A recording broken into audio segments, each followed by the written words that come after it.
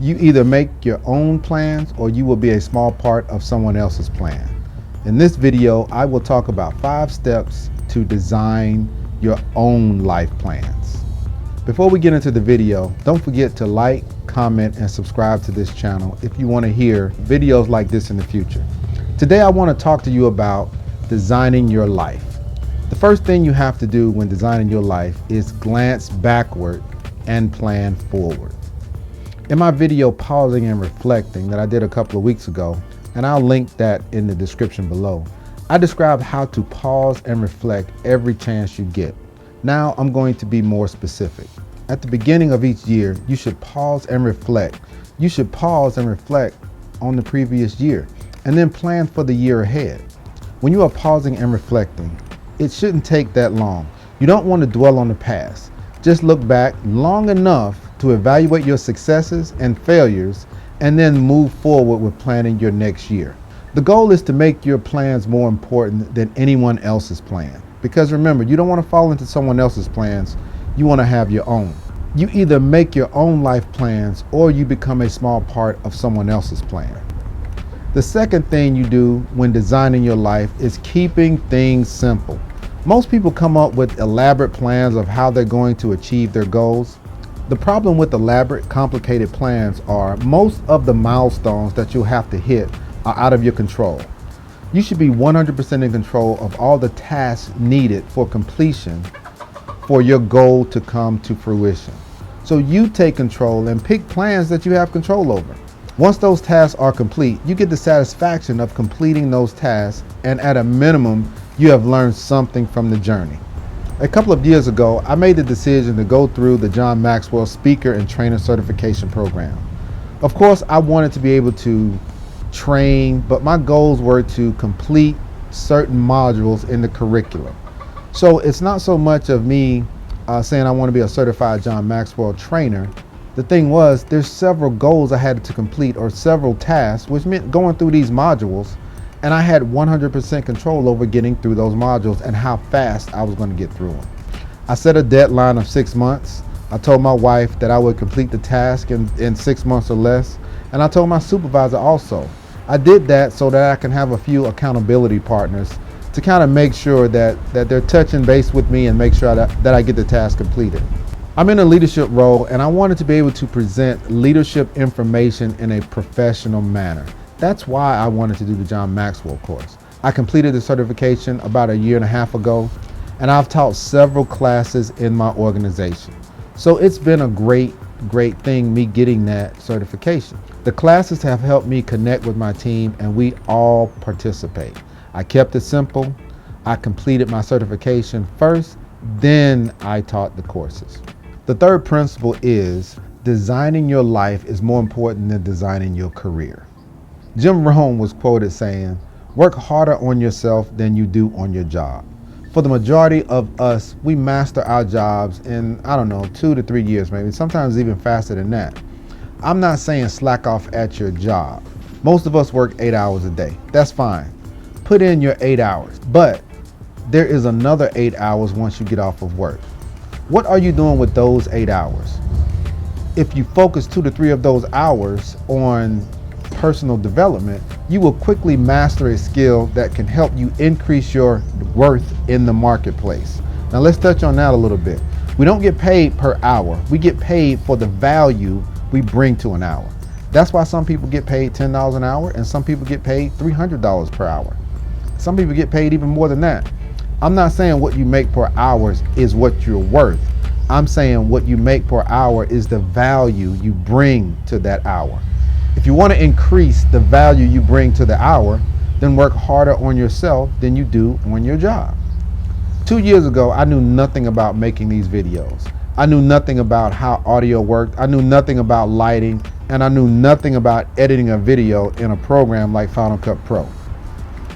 After 2 years of focus and trial and error, I believe these videos come out pretty good. That came from focusing more on myself than I did on my job. Now I get to make these videos in beautiful places like this. I'm going to take a few pictures around here and I'm going to put them at the end of this video, and you guys can see how beautiful it is up here. Now here is the trick. I have created videos to help people learn things at work. It's a blessing to have your passion and your work life in sync. Learning about these videos has helped me at work. So I'm not only working on myself, I'm working on things that can help others also. What's the saying? If you love what you do, you won't work a day in your life. I'm blessed to love what I do and work on my passion. My passion is teaching, and it blends into my work life. Oh yeah, living in beautiful Hawaii helps also. The fourth principle, life is not a dress rehearsal. My dad would always say, son, you're going to be old a lot longer than you're going to be young. Let me explain that. He would say, ask an 18-year-old if a 29-year-old person is young. They would probably say, no, that person's old. Ask a 50-year-old if a 29-year-old person is young. And that 50-year-old will probably say, that person is not young. That person should know better. You are only a young adult from about 18 to about 30. That's 12 years. You will be old from the time you're 30 to 72.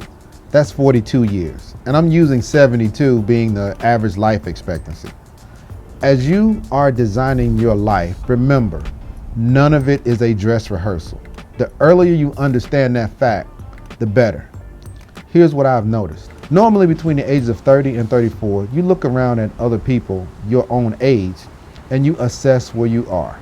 Come on, it's human nature, we do it. We look at ourselves and we compare ourselves financially, health-wise, family and relationships.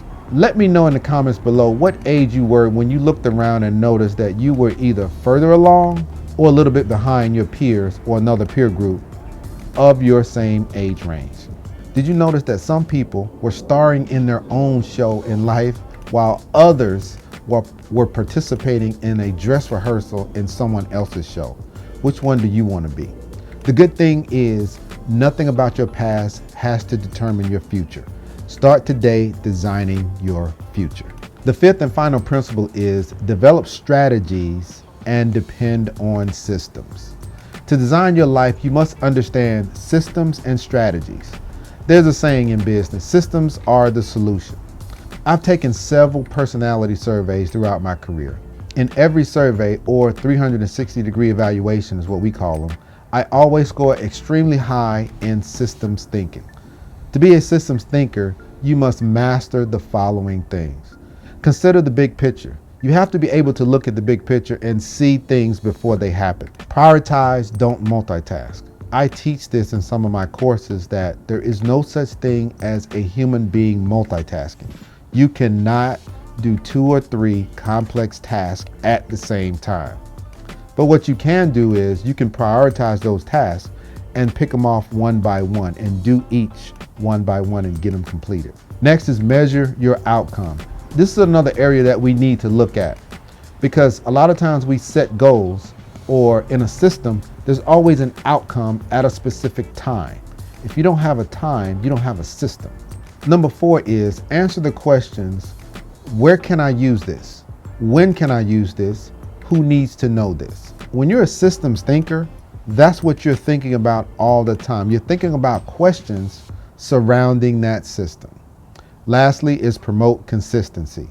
Now, consistency, if you're not consistent, any system has to be consistent, meaning it has to work the same way all the time. No matter what time it is in the day or night, the system works like it's designed to work. Daily positive practices promote habits that aid in becoming a systems thinker. I appreciate you watching this video. If you enjoyed the content, please hit the like button. And if you have not subscribed, please hit the subscribe button. I will be posting leadership videos from beautiful Hawaii at least once a week. My name is Christopher Houston. Thank you very much. Good night and God bless.